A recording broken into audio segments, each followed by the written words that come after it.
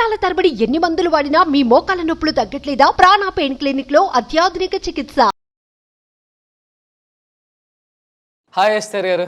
Hi, ఎలా ఉన్నారు? చాలా బాగున్నాను. మీరు ఎలా ఉన్నారు? సూపర్. పెళ్ళి 16 daysకి డైవర్స్, అగైన్ బ్యాక్ టు మీ హోమ్ టౌన్, మళ్ళీ వచ్చి ఇక్కడ ఇలా అన్ని నెగిటివ్ కామెంట్స్ ఇవన్నీ చూసినప్పుడు ఒక అమ్మాయిగా చాలా చిన్న ఏజ్ ఏంటి లైఫ్ అంటే ఏమనిపించింది మీకు అసలు ఇవన్నీ చూసిన తర్వాత?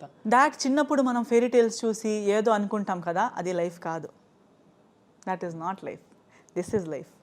లైఫ్ని మరీ అంత బ్లూ ప్రింట్ అనుకొని చాలా డ్రీమ్స్ కట్టి బ్రతికి, we should always be feet on the ground and see everything and always be ready for life as it comes. Don't be stuck to a image. ఒక్క దీనికి స్టక్ అవ్వకండి. పరిస్థితిని బట్టి ఎలా పరిస్థితి వస్తుందని ఎవ్వరు చెప్పలేము. ఇప్పుడు యాక్సిడెంట్ లాంటిది, లేదా ఇప్పుడు డివోర్సే నాది జరిగినప్పుడు ఎంతోమంది నవ్వుతున్నారు, కామెంట్స్లు వేస్తున్నారు. ఎప్పుడైనా ఆలోచిస్తున్నారా రేపటి రోజు వాళ్ళ పిల్లలకి ఇలా జరగవచ్చు అని? జరగకూడదా? జరగదా? లేదా వాళ్ళకే ఇప్పుడు ఏంటి, నాకు 16 daysలో అయింది, ఇంకొకరికి 16 yearsలో జరగదా? 20 years తర్వాత బ్రేకప్ అవ్వదా? తెలియలేనిది ఏదో ఒకటి తెలుసుకొని అవ్వదా? ఎప్పుడైనా అవ్వచ్చు. ఇది ఏదో ఒక చెత్త ధైర్యం మనుషునికి ఎప్పుడు కూడా when we read a crime, అది ఎక్కడో జరిగింది, మనకు కాదు. కరోనా వచ్చినప్పుడు కూడా ఫస్ట్ వేవ్ ఇటలీలో వచ్చింది, ఇండియాలో రాదనుకున్నావు, రాలేదా? యాక్సిడెంట్ బయలుదేరేటప్పుడు ఎవరికి ఒక యాక్సిడెంట్ అవుతుందని చెప్తే బయలుదేరరు ఎవరును. అయినా ప్రతి ఒక్కరు ఒక ధైర్యంతో బయలుదేరుతారు, that we will reach somewhere. కొందరు రీచ్ అవుతారు, కొందరు దారిలో యాక్సిడెంట్ అయిపోతారు. కానీ ఒకరికి అయిపోయిందని అందరూ వెళ్ళడం మానేరు. కానీ యాక్సిడెంట్ అవ్వడం అయితే నిజం, ఎవరికైనా అవ్వచ్చు. So be prepared, be careful. నాకు అవ్వదులే, అందరూ నా చుట్టూ వాళ్ళు ఉన్నారు, ప్రతి ఒక్కరు మంచోలే, అది ఎక్కడో ఎవరికో జరిగింది. నో. డైవర్స్ అయిపోయి ఇంటికి వెళ్ళిపోయారు కదా, ఎప్పుడైనా సింగిల్గా కూర్చొని ఏడ్చిన సందర్భాలు ఉన్నాయా? ఏంటి లైఫ్ ఇలా అయిపోయింది. నేను కూడా అనుకున్నాను. ఐ డిడ్ నాట్ నో, అంటే I knew that I'm hitting rock bottom. అన్ని నేను ఓపెన్గా ఇలా ఇప్పటికీ కూడా when I'm talking today, now I don't have the fear of losing anything.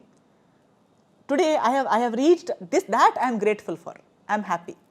ఏదైనా పోగొట్టుకోవటం అనే భయం ఉంటే అన్నీ, ఆ భయం వల్ల అన్నీ చేస్తాం తప్పులు. బేరింగ్ సమ్వన్, ఎవరు మాకు చెత్త చేసినా బేర్ చేస్తాం. ఎందుకంటే వీఆర్ స్కేర్డ్ ఆఫ్ సంథింగ్. ఆ ఫియర్ వల్ల we are bearing torture, we are bearing a wrong situation. ఒక రాంగ్ అని తెలిసినా భరించుకుంటాం. ఎందుకంటే ఏదో ఒకటి అది ఆ బ్యాడ్ అయ్యే భయంతో. ఆ భయం అనేది లేని తర్వాత then you are not scared of anything. But at that point of time నాకు భయం లేకపోయినా I knew what I was getting into, I was ready for it.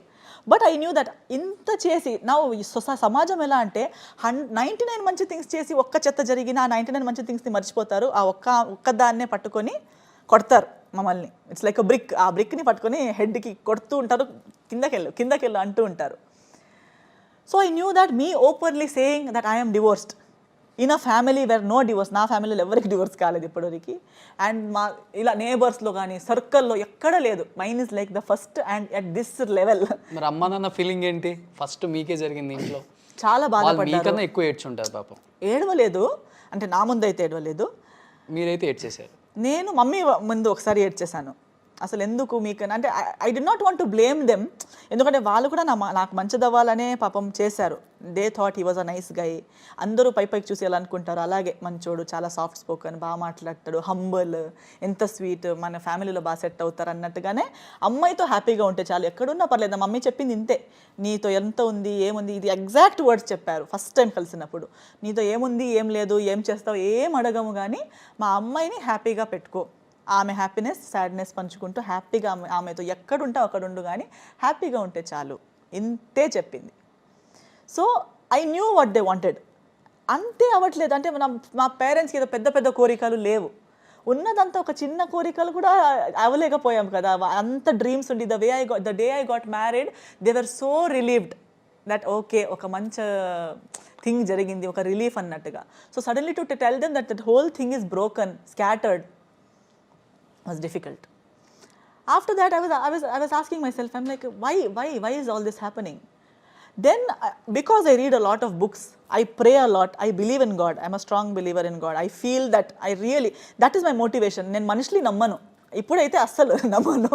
So I believe in God. And especially ఇది జరిగిన తర్వాత I really felt like trusting in people is not really, అంత trust చేయకూడదు మనుషుల్ని. మరి గాడ్ని నమ్మితే God చేయి వదలరు, కానీ ఇప్పుడు దాకా ఇది ఇంకా ప్రూవ్ అయ్యింది అంతే. కానీ I strongly believed that help me a lot. And then I said no, maybe నేను ఏదో గ్రో అవ్వాలి ఉండి ఈ అంత సిచ్యువేషన్లో I had to grow, I had to realise for the next step in my life. నేను ఇంకా జీవితంలో ఎక్కడో వెళ్ళాలని ఉండే చూడు, అక్కడ వెళ్ళడానికి నేను అప్పుడున్న అమాయకత్వం వర్కౌట్ కాదు.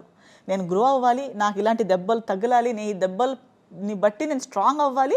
Only then I can go to the next level. Maybe this was that next level. నేను అప్పుడున్న అమ్మాయి ఉంటే ఇలా వచ్చి కూర్చుని మాట్లాడే అమ్మాయియే కాదు. నేను స్ట్రైట్ ఫార్వర్డ్ అవన్నీ అవును, కానీ నాకు ఇంత క్లారిటీ లేకుండే. అంత క్లారిటీ లేనందుకే నేను అప్పుడు ఆ పరిస్థితిలో రీచ్ అయ్యాను. కానీ ఆ పరిస్థితి వల్ల నేను ఈ అమ్మాయి అయ్యాను ఈరోజు. And maybe this is where I had to sit. Maybe this is why God made me so strong. Maybe there is somewhere else I have to go which is more difficult, where I have to be stronger. That's why today I am here. So I started looking at it that way. One day at a time. ఒక్క రోజుకి ఒక్క రోజే. ఈ రోజుని నువ్వు గడిపితే next రోజు. Slowly I started getting stronger. I healed. And at the same time I got this support from my family. నా పేరెంట్స్ కూడా నాకు ఒక్క రోజు నా చేయి వదలలేదు. నాకు ప్రేమించేవారు, నాకు సపోర్ట్ చేసేవారు, ఇండస్ట్రీ పరంగా కానీ మీడియా పరంగా కానీ. వర్క్ ఒక్క రోజు ఆగలేదు. So that kept my mind busy by the grace of God. అందరితో కలిపి వర్క్ ప్లేస్లో ఉన్నప్పుడు నేను చాలా హ్యాపీగా ఉంటాను. I love my work. So I was happy. I had people who kept me happy, who cared for me. So things started, I started cheering up. మంచి థింగ్స్ని చూసి ఎంజాయ్ చేయడం జరిగింది. సో బ్యాడ్ థింగ్స్ని మర్చిపోవడం. All these things, one thing to another, I started growing again. So divorce అయిపోయిన తర్వాత మీరు కానీ Noel కానీ మీరు తనకు పెట్టినా తను మీకు పెట్టిన లాస్ట్ మెసేజ్ అంటే ఏంటి? సో ఎవరిమైనా కోర్టు గురించి అనుకుంటా. కోర్టు గురించి లాస్ట్ అంటే one meeting was in the court, physical, face to face. దాని తర్వాత అది was this thing, Zoom call. ఎందుకంటే లాక్డౌన్ ఉండడం వల్ల జూమ్ కాల్లో సెకండ్ హియరింగ్ జరిగింది. సో అది కోఆర్డినేట్ చేయడం కానీ, అండ్ ఇది files, last files, the day I posted the divorce was the day I received the file. 1st September I received it in my hands. అది చూసేంత వరకు నేను ఇది అనౌన్స్ చేయలేదు.